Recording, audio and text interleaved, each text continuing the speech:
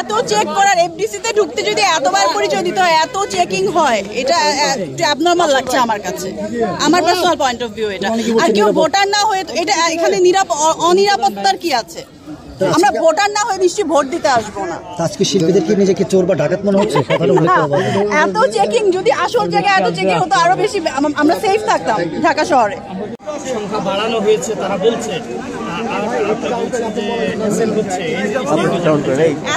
এতবার তো পরিচয় দেওয়া যায় না, এতবার চেক বলার পরেও তারপর আছে না, অনেকে মজা নিচ্ছে, অনেক যেহেতু সবসময় আমাদের সঙ্গে এরকম দেখা হয় না বা এ হয় না, ওনাদের মধ্যেও অনেকে মজা নিতেছে। আচ্ছা দেখি কি ওয়েট, দেখি আপনি কার্ড কোথায়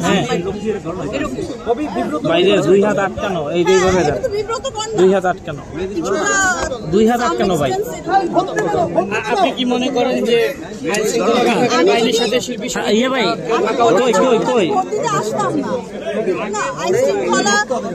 বাহিনীর যারাই আছে ওদের সঙ্গে তো আমাদেরও কারো থাকার কথা, তাই না? ছিল না এফডিসিতে আসতে যদি এত পরিচয় দিতে হয়, অন্য কোথাও এত পরিচয় দিতে হয় না, এখানে কেন এতবার পরিচয় দিতে হবে? আপনাদের আতুর ঘরে আপনাদের কেন এত পরিচয় দিতে হবে সেটা বলেন। আমরা চোর না ডাকাত, এখানে কি কি হয়? আমরা খুব সেন্সিটিভ পারসন, আমরা ভোট এবং ভোটার বলেই ভোট, তাই না? সবাই তো একই টিম, আসলে আমরা সবাই তো একই। এইখানে হারা জিতার বিষয়টা এত বড় করে আমি দেখছি না।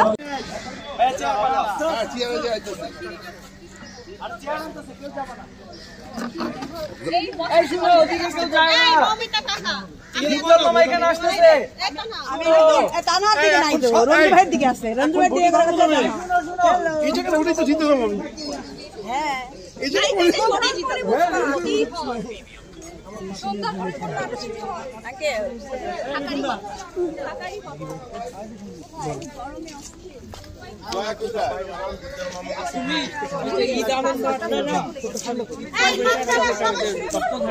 ওইটা প্যানেলের খেলাই রাখো।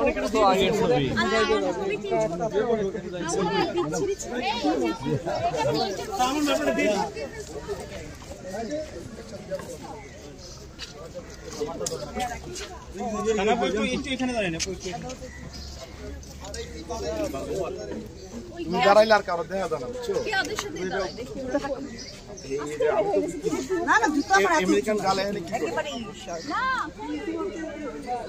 ছেলেদের